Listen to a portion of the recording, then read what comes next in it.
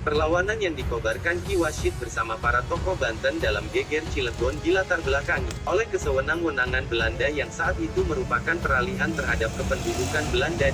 Kebencian masyarakat makin memuncak saat masyarakat tertekan dengan dua musibah, yakni dampak meletusnya Gunung Krakatau di Selat Sunda tanggal 23 Agustus tahun 1883 yang menimbulkan gelombang laut yang menghancurkan Anyar, Merak, Caringin, Siri, Pasauran, Tajur, dan Carita. Selain itu musibah kelaparan, penyakit sampar, pes, penyakit binatang ternak, kuku kerbau, membuat penderitaan rakyat menjadi-jadi. Di tengah kemelut ini, kebijakan pemerintah Belanda yang mengharuskan masyarakat membunuh kerbau karena takut tertular penyakit membuat warga makin terpukul.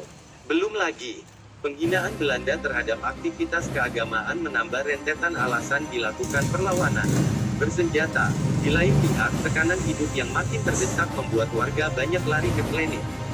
Tahayul, tersebutlah di desa Lebak Kelapa, terdapat pohon tebu besar yang dianggap keramat, dapat memusnahkan bencana dan meluluskan yang diminta asal memberikan sesajen bagi jin. Penunggu pohon, berkali-kali Ki Wasyid mengingatkan penduduk bahwa meminta selain kepada Allah termasuk syirik. Namun fatwa Ki Wasyid tidak diindahkan. Melihat keadaan ini, Ki Wasyid dengan beberapa murid menebang pohon berhala pada malam hari. Inilah yang membawa Ki Wasyid ke depan pengadilan kolonial pada tanggal 18 November tahun 1887. Dia dipersalahkan melanggar hak orang lain sehingga dikenakan denda 7,50 gulden. Hukuman yang dijatuhkan kepada Ki Wasyid menyinggung rasa keagamaan dan rasa harga diri muridnya. Satu hal lagi yang ikut menyulut api perlawanan adalah dirobohkan Menara Musala di Jombang Tengah. Atas perintah asisten residen Goebbels, Goebbels menganggap menara yang dipakai untuk mengalunkan azan setiap waktu salat mengganggu ketenangan karena suaranya yang keras apalagi waktu azan salat subuh.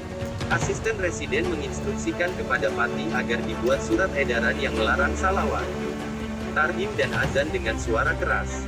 Faktor-faktor ketidakpuasan terhadap sistem ekonomi, politik dan budaya yang dipaksakan pemerintah kolonial Belanda berbaur dengan penderitaan rakyat. Di dalam masyarakat kolonial, terdapat ketidakcocokan ekstrim antara aspek-aspek tertentu dari praktik keagamaan tradisional lembaga-lembaga kolonial, yang menyebabkan kekhawatiran di kalangan pribumi dan merasa bahwa kebudayaan mereka sendiri akan mengalami kemunduran. Pembela-pembela tradisi ini menginginkan dipulihkannya tatanan tradisional dan terus mengobarkan perlawanan terhadap kaum penjajah. Perkembangan ini mengisyaratkan bahwa gerakan keagamaan berusaha menegakkan hak aspirasi politik. Hal ini disebabkan adanya suatu ketersingkiran politik dan keinginan untuk kembali memperkuat tradisi tradisional. Dilihat dari sisi ini, gerakan kebangkitan agama di Banten dapat diidentifikasikan sebagai sebuah gerakan religio-politik yang menampung berbagai kelompok sosial. Elit agama mendapatkan peran penting untuk memimpin gerakan pemberontakan 1888. Kepribadian mereka yang karismatik menjadikan mereka sebagai salah satu unsur penting dalam usaha membina pertumbuhan pergerakan. Salah satu kekuatan utama gerakan pemberontakan petani 1888 adalah elit agama.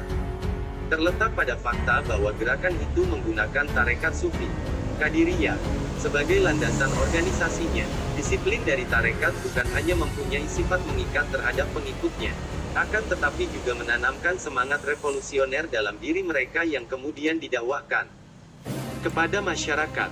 Pada tahun-tahun 1872 sampai tahun 1876 Haji Abdul Karim menyebarkan kegiatan tarekat Qadiriyah di Banten.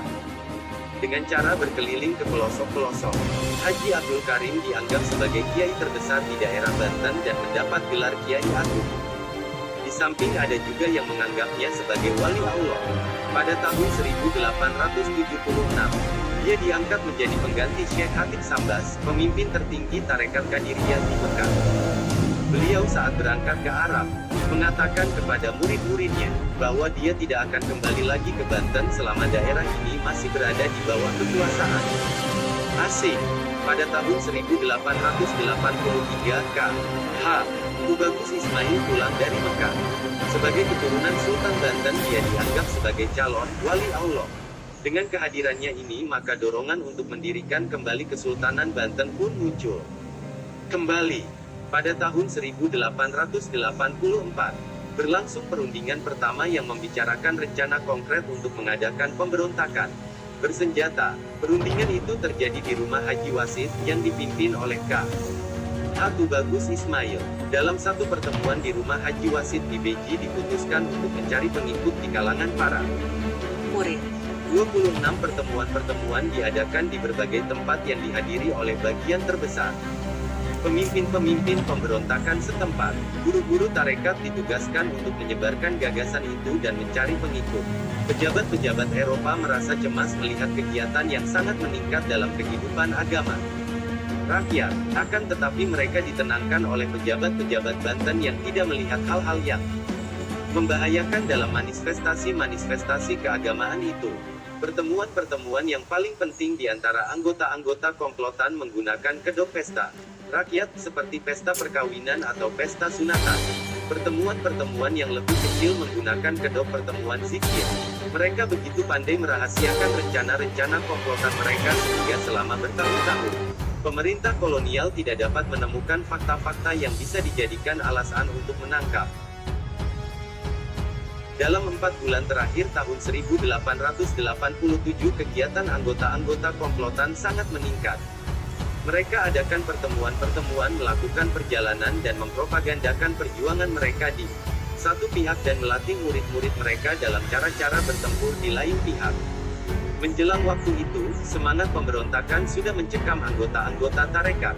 Mereka sependapat bahwa gerakan mereka sudah mencapai banyak kemajuan, dan mereka memutuskan untuk memperluas persiapan-persiapan pemberontakan dan mengikutsertakan orang-orang di luar tarekat. Pada tanggal 29 September tahun 1887, Kiai-Kiai Banten mengadakan pertemuan yang kedua dalam tempo kurang dari sebulan di Beiji. Sebagai tamu Haji Wasid, kali ini yang pertama dibicarakan adalah masalah mengumpulkan senjata. Kegiatan-kegiatan persiapan pemberontakan selama 3 bulan terakhir tahun 1887 dan pertengahan pertama tahun 1888 ditandai oleh faktor-faktor sebagai berikut. Pelatihan pencak di perkian, pengumpulan dan pembuatan senjata, propaganda di luar Banten dilanjutkan. Kegiatan-kegiatan lain diteruskan, seperti menghasut rakyat dengan jalan membakar semangat mereka dengan khotbah-khotbah tentang ramalan-ramalan dan ajaran tentang perang sabil, dan mendorong mereka untuk memakai jimat dan ikut dalam pertemuan-pertemuan keagamaan. Kegiatan-kegiatan gerakan benar-benar ditingkatkan, dan salah satu buktinya yang nyata adalah seringnya diadakan pertemuan oleh pemimpin-pemimpin pemberontak hampir setiap minggu. Haji Abdul Salam ditugaskan untuk menyediakan senjata-senjata gelap. Ia dibantu oleh Haji Dulgani dan Haji Usman. Salah satu pertemuan penting sebelum pemberontakan ialah pertemuan pada 12 Rua atau tanggal 22 April tahun 1888 yang diadakan di rumah Haji Wasid di Beji. Pada akhir jamuan, 300-an orang tamu berkumpul di masjid di mana para kiai dan murid-murid mereka bersumpah bahwa mereka akan ambil bagian dalam perang sabil, bahwa mereka yang melanggar janji akan dianggap sebagai kafir, bahwa mereka tidak akan membocorkan rencana mereka kepada pihak luar.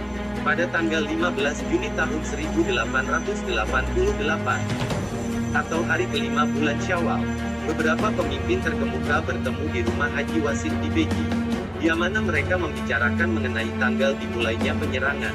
Mereka mencapai kata sepakat bahwa pemberontakan akan dimulai pada tanggal 12 Juli. Akan tetapi setelah pertemuan tanggal 22 Juni tahun 1888, tanggal pemberontakan diubah menjadi tanggal 9 Juli tahun 1888. Hal ini dikarenakan Haji Wasid dan Haji Iskak menyerukan agar pemberontakan segera dilaksanakan. Untuk mengantisipasi kemungkinan rencana mereka tercium pejabat-pejabat pemerintahan.